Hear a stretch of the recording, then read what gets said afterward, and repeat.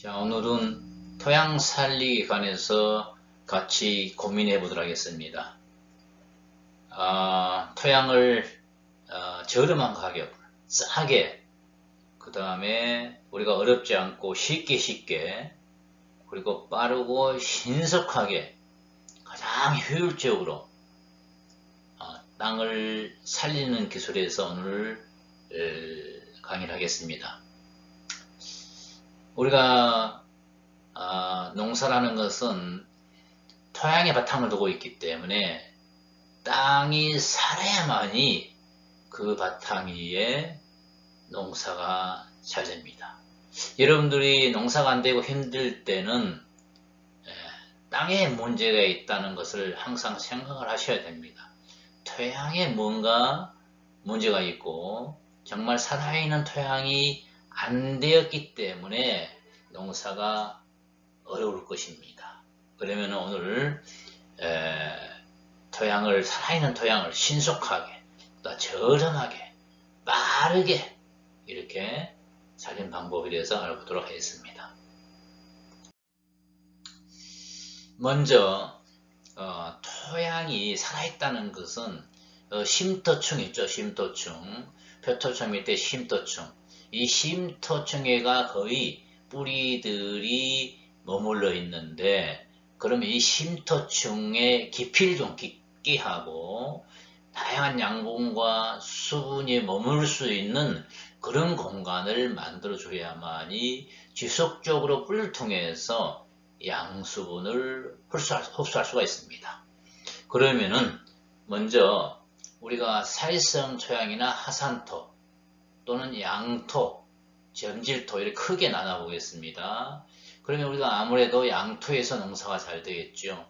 사회성 토양이나 하산토는 배수가 너무너무 잘 되기 때문에 양수분을 주게 되면 밑으로 쏙쏙 빠져버립니다. 그러면 일정하게 양분과 수분을 머금고 있는 그 밥그릇 역할을 할 수 있는 층이 없어요. 그래서 비료라든가 영양분 손실이 심하고, 그 다음에 좋은 당도가 좋은 그런 농산물 생산 한계가 좀 있습니다. 대신 점질토는 우리가 점토, 항토 토양이나 이런 점토 토양을 보게 되면은 식물 뿌리는 산소 호흡을 해야 됩니다. 호흡을 해야 되는데 너무 수분이 많고 배수가 안 되게 되면은 뿌리가 나중에 질식, 숨을 쉬기에 곤란한 상황이 되고 뿌리가 썩기도 하고 질식이 되는 경우가 많이 있습니다. 또한 양토를 하더라도 내가 더 좋은 양토를 꾸준하게 만들어 나가야 됩니다. 토양이라는 것은 한번 좋은 토양이 됐다, 그걸로 끝이다, 그런 생각을 절대 하면 안 됩니다. 지속적으로 토양을 관리하면서 좋은 토양을 항상 유지해 나가야 됩니다. 그래서 사회성 토든 하산토든 양토든 점질성 토양이든 어떤 토양이든 간에 더 좋은 토양을 만들기 위해서는 기본적으로 거친 유기물, 우리가 어린 씨앗을 어디다 파종합니까? 상토에다 파종하죠. 식물이라는 생명체가 씨앗에서 막 발화해 오를 때 가장 허약한 상태일 겁니다. 이때 허약한 씨앗이 어디 자라냐? 상토에서 자라죠. 상토는 어때요? 우리가 딱 손으로 쥐었을 때 폭신폭신한 스펀지 같은 토양이죠. 우리가 토양학에서 강의 들게 되면은 항상 스펀지 같은 토양, 때알조직 토양, 상토 같은 토양, 이런 토양을 만들어 하는 이유가 바로 여기에 있습니다. 그래서 우리가 꾸준하게 수시로 나무 파쇄목이라든가 낙엽이라든가 숲이라든가 볏짚이라든가 큰 입자의 유기물들, 이런 걸 꾸준하게 공급을 해줘야만이 좋은 토양으로 돼갑니다. 둘째는 그 유기물만 있어도 되는 게 아니고 이게 미생물과 미생물이 좋아하는 양분이 같이 들어가서 그 토양을 빨리 활성화시켜야 됩니다. 그 중에서도 제가 경험한 바로 또는 주변에 많은 농가들을 컨설팅한 과정에서 느낀 게, 동물성 육수 같이 좋은 게 없더라 하는 겁니다. 옛날에 여러분들이 기억나는가 모르겠는데 집안에 우환이 있다든가 집안에 혼사가 있다든가 제사가 있을 경우에 돼지라도 한 마리 잡았을 거예요. 그러면 거기 피라든가 털이라든가 내장이라든가 이런 게 땅에 있게 되면은 산에서 날짐승들이 그 피냄새를 맡고 와서 사람의 피해를 줄 수가 있습니다. 그래서 그 피라든가 내장이라든가 털, 잔류물과 흙까지도 탁탁 긁어 모아주고 별도의 텃밭에다 묻어 놓습니다. 그 묻어둔 자리는요, 땅이 버들버들해지고요. 거기에 어떤 걸 심으라도 농사가 잘 되는 것을 여러분들이 경험하셨는가 모르겠습니다. 또 작년에 우리 회원 한 분이 이 골분과 어분을 놓고 육수액비를 만들어 쓰고 나서 찌꺼기를 갖다가 많지는 않아서 일부 토마토 밭에다가 뿌려놨는데 거기만 너무너무 농사가 잘 됐다는 거 아니겠습니까? 또한 우리가 매장을 지금 현재는 그 화장 문화입니다만은 매장 문화일 때 우리가 간을 묻을 때는 생땅 한 2-3m, 3-4m 생땅에다 간을 매장합니다. 그리고 나서 이장을 해야 될 때 가보게 되면요, 뼈만 남아있고 분명히 생땅이었는 땅이 버들버들한 땅으로 바뀌어 있습니다. 동물성이 들어가면 그만큼 빨리 땅이 부들부들하게 때알려진 토양, 숙분한 토양으로 살아있는 토양으로 된다는 거죠. 그래서 그렇게 되면 어떻습니까? 쉼터층이 깊이가 깊어지겠죠. 쉼터층이 깊이가 깊어지면 그만큼 뿌리가 사는 환경이 좋은 환경으로 바꿔진다 하는 겁니다. 그러면 여기에 각종 파쇄목이라든가 숲이라든가 낙엽이라든가 볏짚, 상토 이런 유기물이 어떤 효과를 가져오냐 하는 거죠. 첫째는 이 유기물이 양분 공급 효과입니다. 유기물 분해되면 뭐 됩니까? 탄수화물, 단백질 원이 되겠죠. 그래서 미생물이 활성화되고 이런 미생물이 분비한 물질로 인해서 입다나 토양이 됩니다. 그 다음에는 물리성 개선 효과. 유기산 하면 펄빅산과 휴믹산 이런 거죠. 이런 유기산이 불용성 인산으로 남은 인산을 과용하게 해서 독으로 남아있지만 독이 분해가 돼서 결국에는 식물의 양분으로 전환시켜주는 중요한 역할을 한다 하는 거죠. 그 다음에 생물상 개선 효과. 뭐 당연하겠죠. 이게 이 유기물이 많이 있어야만이 거기는 미생물에 거쳐 집이 되고 또는 그게 미생물의 영양이 되기 때문에 그렇습니다. 그 다음에 네 번째는 지온 상승 효과입니다. 유기물이 많이 있게 되면요, 얼마만큼 많이 있냐 정도 차이겠지만 지온을 1도, 2도 정도 끌어올리는 효과를 가져다 줍니다. 그 다음에는 이 유기물이 분해되는 과정에서 탄산가스가 나와서 탄산가스를 증가시켜 줍니다. 어떻습니까? 탄산가스가 많아지면은 어때요? 이게 광합성 율이 높아지게 되는 거죠. 자, 이렇게 해서 충분하게 우리가 꾸준하게 유기물을 공급해야 된다는 것을 여러분들 알았을 겁니다. 자, 둘째는 동물성 육수액비인데, 자, 동물성 육수액비를 왜 좋은지를 제가 다시 한번 강조를 하게 되면요, 실험실에서 실험할 때 펩톤과 젤라틴, 육즙 이런 걸 쓰고 있습니다. 다 이런 것은요, 여기에 보시다시피 펩톤은 동물성 단백질, 동물의 육류 등 단백질, 가수분해 물질을 함유한 작은 분자 항식입자, 이게 펩톤이 되겠습니다. 동물성이죠. 젤라틴은 어떻습니까? 젤라틴도 동물의 뼈, 피부, 인대 등을 끓여서 만든 이런 건조입자입니다. 건조된 입자. 그 다음 동물성 육즙. 이거는 meat extract 해가지고 그 고기를 삶는가 쪄서 그거는 추출물이 되는 거죠. 네. 이게 다 동물성입니다. 이 동물성이 들어가게 되면요, 미생물 번식이 잘 됩니다. 그러면은 제가 이제 항상 그 실험을 하면서 느낀 게 이런 걸 토양에는 토종 미생물, 토착 미생물이 있습니다. 여기에 이러한 것들을 공급하게 되면 어떻게 될까요? 토양의 미생물이 폭발적으로 증가하겠다는 생각을 항상 갖게 됐습니다. 그래서 동물성 육수액비를 토양에 꾸준하게 공급한 결과 어떻습니까? 우리가 골분과 어분을 뿌려주고 동물성 육즙을 꾸준하게 주고 유기물을 공급해주고 하게 되면요. 처음에는 땅에 물을 줬을 때 오바이트가 돼서 더 이상 스며 들어가지 않았었는데 그걸 꾸준히 줬더니 물이 쏙쏙쏙 스며 들어가는 거예요. 그만큼 토양이 좋아졌다는 거죠. 그래서 우리가 천연 배지로서 미생물 번식 양분으로서 동물성 육수 액비, 그 다음에 해초 액비, 당밀, 그 다음에 위스트, 질금 이런 것이 토착 미생물 활성제 역할을 한다 하는 겁니다. 자, 동물성 육수는요. 먼저 어분 먼저 볼까요? 동물성 육수 액비의 원료가 어분과 골분이 되겠습니다. 어분은 단백질과 지방, 칼슘과 인산, 아미노산과 핵산을 함유하고 있습니다. 아주 좋은 성분을 많이 함유하고 있죠. 골분은 단백질, 그 다음에 인산과 칼슘 등을 함유하고 있습니다.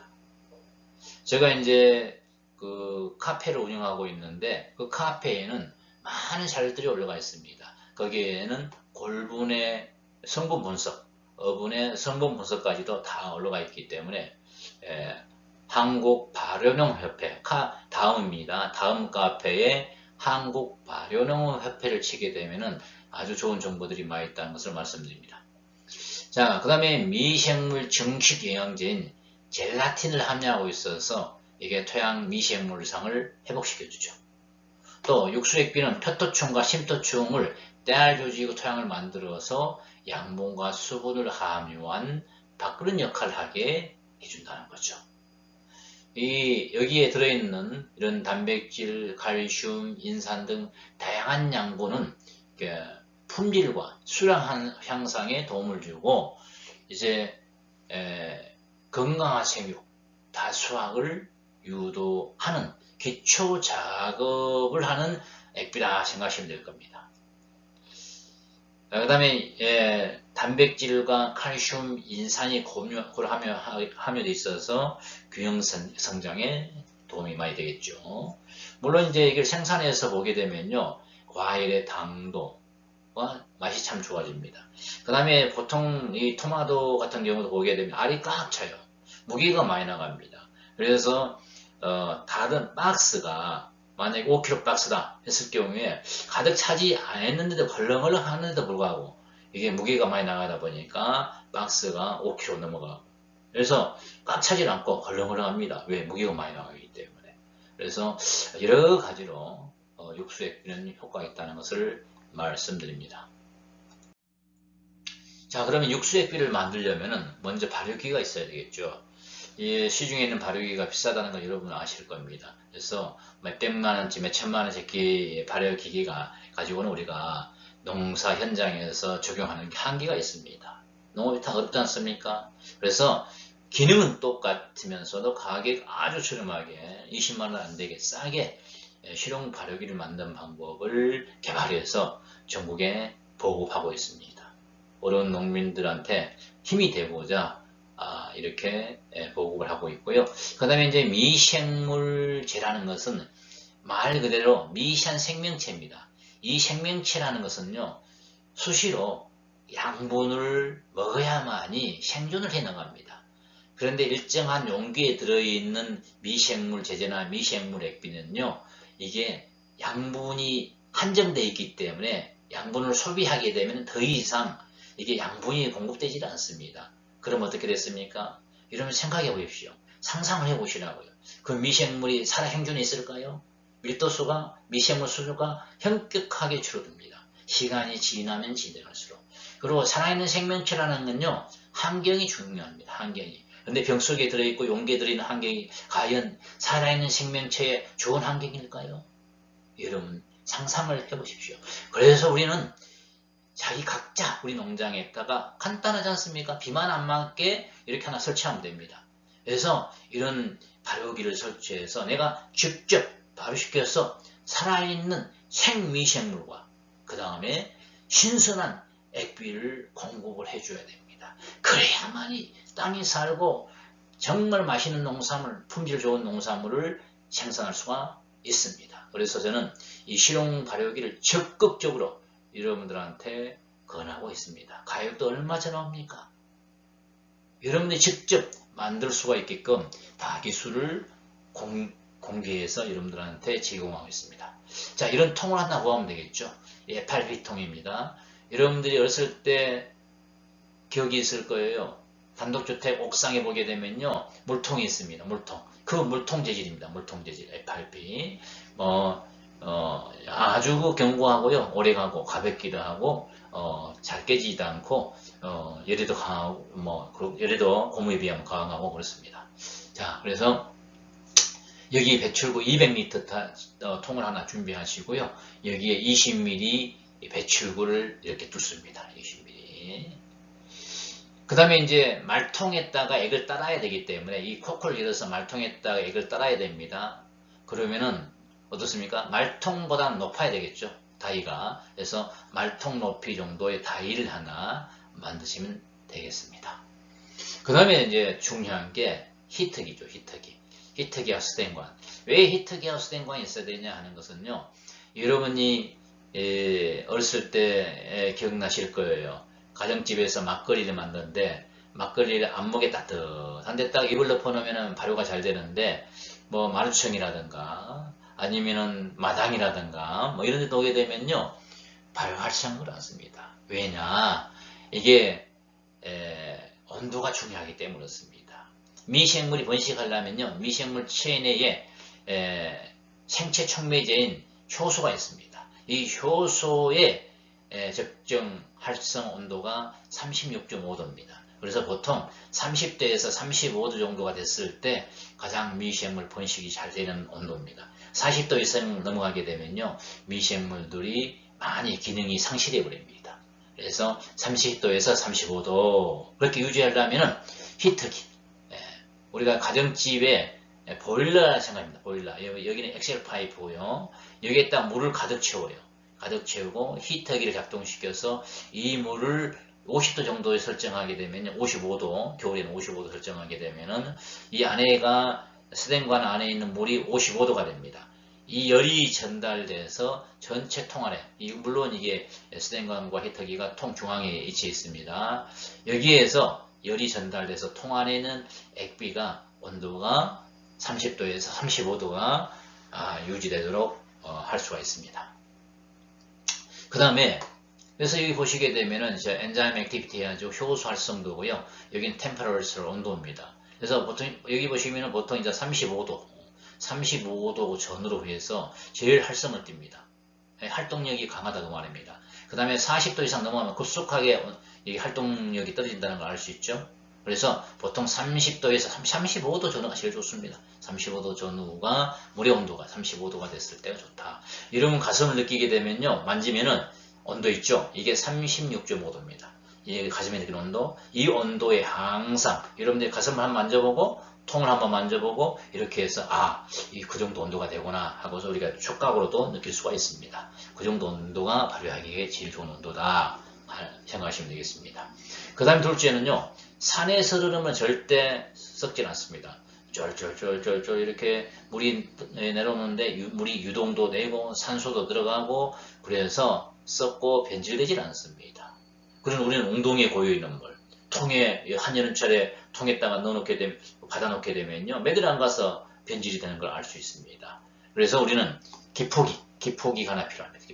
기포기를 가지고 밑에서부터 바닥에서부터 요동치면서 전체 물을 막 흔들어 주고 산소를 공급할 수 있도록 기포기 센 것을 하나 바닥에서부터 기포를 올릴 수 있도록 설치를 해주는 게 좋습니다. 자, 이렇게 하게 되면은 뭐 완성되겠죠? 여러분 이게 되면 얼마 돈 들어갑니까? 한 20만원도 안 되게 싸게 우리가 액비 발효기를 이렇게 만들 수가 있습니다. 야, 이렇게 뭐 크게 이렇게 할 필요 없습니다. 여러분들은 뭐 조그만하게 판넬로 중고 판넬 가지고 비만 안 맞게 해가지고 한 개 정도만 해도 되고요. 좀 농사 많으신 분은 한 2개 정도 이렇게 사시면 됩니다. 이렇게 뭐 철제 꼽아서 크게 거대하게 할 필요 없고요. 작게 이렇게 하셔도 상관없습니다. 우리가 농촌에서 가장 사고가 많이 난 것 중에 하나 전기사고입니다. 그래서 전기선은 그 단자에서 끌어올 때 전기선은 5개선으로 어개선으로 좀 끌어와가지고요. 두꺼운 손으로 끌어오고, 여기 전기 코드에 꼽을 때도 히터기가 2.5kg입니다. 그래서 코드에 한 개만 꽂으시면 됩니다. 기포기는 뭐 전기를 많이 먹는 건 아니기 때문에 두 개씩 꼽아도 상관없습니다. 그런데 히터기는 한 코드에 한 개씩만 꽂고 단자에서 한 선만 연결해가지고 거기다 한 개만 연결이 꽂도록 그렇게 해주시기 바라겠습니다. 그 다음에 이제 여기 보시게 되면은 이제 액을 따를 때 찌꺼기가 안 딸려 가도록 쫄대 위에다가 걸림체를 걸쳐서 찌꺼기가 안 딸려 들어가게 하는 게 좋습니다. 기타 뭐 자세한 것은요, 저희들 농장에는 기계가 다 설치되어 있어서 실습할 수 있도록 모든 준비가 되어 있습니다. 이론교육, 실습교육 할 수 있도록 되어 있기 때문에 여건이 되시면은 정말 좋은 기술입니다. 한번 터득하시길 바라겠습니다. 자, 육수액비 만드는 방법이 되겠습니다. 육수액비의 특성은요, 토양 미생물을 활성화시킵니다. 그 다음에 질소, 인산, 가리가 골고루 들어있어가지고요, 과일, 뭐 비대라고 적겠습니다. 비도 영향을 미칩니다만은 이제 당도, 경도 이런데 효과를 받습니다. 물론 단백질이 있기 때문에 비대도 영향을 미칩니다. 그런데 인산과 칼슘이 있기 때문에 이것은 또 맛을 증가시키고 또 착식 경도도 영향을 미치는 그런 액비가 되겠습니다. 자, 여기 보시게 되면은 살아있는 토양으로 회복시켜준다. 정말 그렇습니다. 이 육수 액비를 주게 되면요, 땅이 보들보들하고요, 이렇게 좋은 충으로 형성이 돼서 살아있는 토양으로 바뀌어 나갑니다. 이게 인산과 칼슘은 맛을 향상시키고 단백질은 생육을 촉진시키고 무게도 많이 나간다고 언급을 했습니다. 그래서 미생물 액비로 간주하면요, 토착 미생물, 토종 미생물도 활성화되고 그렇습니다. 만약 예를 들어서 내가 당도를 좀 더 올리고 싶어요. 그럼 육수 액비 간주할 때 있다가 당밀을 좀 혼합해서 하게 되면요, 더욱더 당도도 올라가고 땅에는 미생물이 더욱더 더 활성화됩니다. 자, 육수 액비는 전에는 저희들이 이제 그 골본거분을 마디에다 매달아서 이렇게 하도록 했었습니다. 그렇게 했더니 찌꺼기가 너무 많이 생기더라고요. 그래서 이제 연구해서 이 골본거분을 안전히 녹이는 방법을 개발했습니다. 이 녹이게 되면요, 보통 한 3배, 매달아서 하는 것에 비하면 한 3배 이상의 고농도 액비가 됩니다.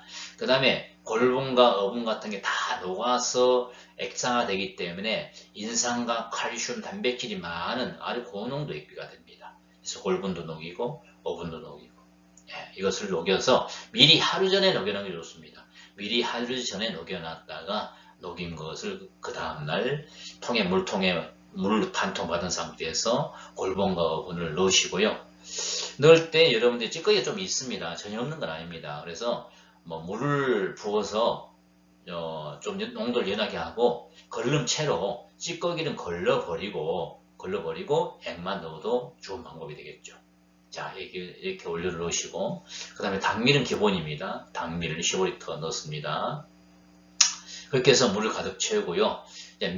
나머지는 이제 미생물의 효소 계통들인데, 미생물과 효소는 바로 넣으시게 되면 물이 차갑습니다. 차가우면 과연 미생물이 번식 잘할까요? 절대 그렇지 않습니다. 미생물은 적정 온도, 30도 이상 온도가 됐을 때 왕성히 활동하기 때문에 처음부터 물이 차가울 때 미생물 넣으면 안 됩니다. 둘째는 물질이라는 그 고유의 독성이 있습니다. 그래서 독성도 빠져나가고 온도가 따뜻해질 수 있는 최소한 5시간 이후, 아니면은 아예 하루 뒤에 방성균 배지, 물질분해 효소, 이스트, 요정화균, 이것은 그 다음날 넣는 게 가능한 좋습니다.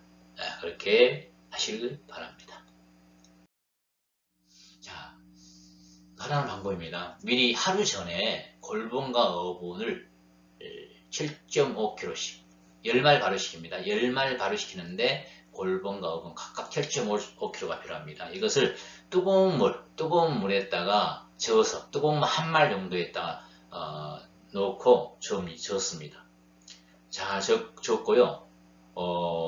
저어주면은 어느 정도 이제 좀 개방이 됩니다. 그때 이제 제가 개발한 특별한 물질을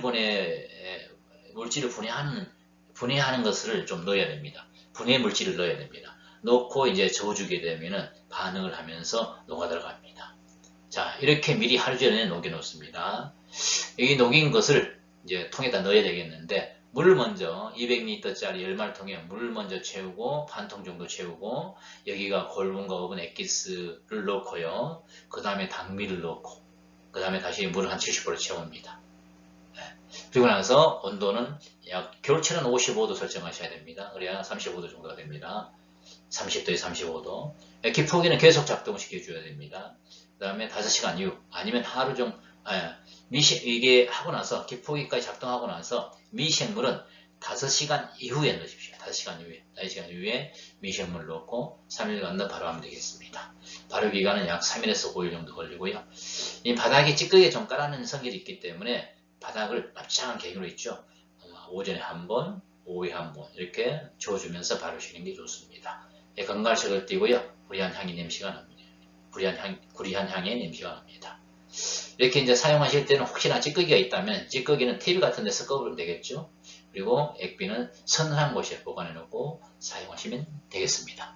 사용 방법은 보통 이제 한 말당 한 600평 정도 간주됩니다.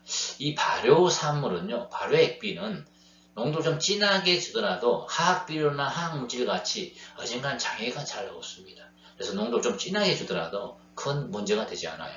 근데 이제 단지 육수액비는 연면살포를 좀 가능한 못하 들어갑니다. 얘나 우리가 이제 육수액비에 단백질이 많이 있고 그러다 보니까 살포를 하게 되면 이가줄기에 묻어 있으면은 그 단백질 섭취하기 위해서 하늘에 떠다니는 균이라든가 아니면은 해충들이 달려들어서 오히려 병을 더 만연할 수가 있기 때문에 육수액비는 가능한 연면살포를 하지 말고 토양간주 위주로 해야 됩니다.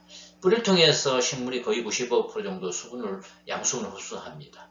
그리고 정상적으로 뿌리를 통해서 흡수를 해야만이 과일에 이동이 되고 맛있는 과일을 생산할 수가 있기 때문에 그렇습니다. 자, 이렇게 해주시게 되면은 이제 땅에 꾸준하게 들어가서 염류율이 직접 심한 시설하우스 이런데 특히 불용성 비료들, 질산염이라든가 인산염 이런 것을 서서히 분해시켜서 가용성으로 양분화시켜주기 때문에 가면 갈수록 땅이 살아납니다. 그래서 이런 걸 주게 되면 첫해 정도는 그걸 분해시키는 과정이다 보니까 내가 원하는 대로 정확히 컨트롤되기가 힘들어요. 그렇지만 한 해가 지나고 나서 그 다음 해가 되게 되면 정말로 토양이 살아나고 염류직접이라든가 이런 게 없어지면서 정말로 식물이 좋아진다는 것을 여러분이 알 수가 있습니다. 자, 이렇게 해서 육수 발효액비를 만들어서 활용하는 방법에서 간단하게 이렇게 교육을 했습니다. 혹시나 여러분들이 좀 더 확실히 배워야 되겠다 하시는 분들은 저희들 실습 교육장을 운영하고 있습니다. 매달 셋째 주 토요일 날 10시부터 오후 4시까지 교육을 진행하고 있습니다. 그 다음에 이제 교육을 하고 나면은 항상 발효 원료를 어디서 구합니까? 하고 문의를 많이 합니다. 그래서 처음에는 저희들이 공동구매, 농민단체다 보니까 공동구매로 해서 시작을 했었습니다만은 다들 주문을 해놓고 뭐 몇 톤 차 이렇게 불러놓게 되면은 주문을 해놓고 가져가지 않아서 대부분 다 내가 필요할 때 조금씩 보내주세요 이렇게 되다 보니까 현재는 택배로 그때 필요할 때마다 회원들한테 발효 원료를 택배로 보내주고 있습니다. 여러분들도 필요하면은 여기 전화번호 있죠? 331-6631 055-331-6631로 전화해서 주시면은 각종 원료라든가 발효 액비 만드는 기계 있죠. 실용 발효기 그냥 부속도 다 가지고 있습니다. 여러분 다 조립해서 할 수 있도록 쉽게 할 수 있도록 그런 준비를 해 놓고 있다고 생각하시면 됩니다. 저희 농장에서 직접 연구를 하고 있고요. 연구 기술 개발하고 있고 농업 마이스터대 교수로서 농업 마이스터대가 만들어지기 전에 이미 농업 마이스터대 교수로 선정이 되고 육성이 돼서 현재 마이스터대학의 교수로 활동하고 있습니다. 농업기술센터나 농협에 친환경 농업 관련 출강을 많이 다니고 있습니다. 그 다음에 이제 농가들이 개별적으로 와서 컨설팅을 부탁할 경우에는 액비 기기를 설치해주고 액비를 만들어주고 그런 컨설팅도 같이 겸하고 있습니다. 기타 뭐 다른 문의는 전화를 통해 전화번호로 문의해 주면 고맙겠습니다. 예, 감사합니다.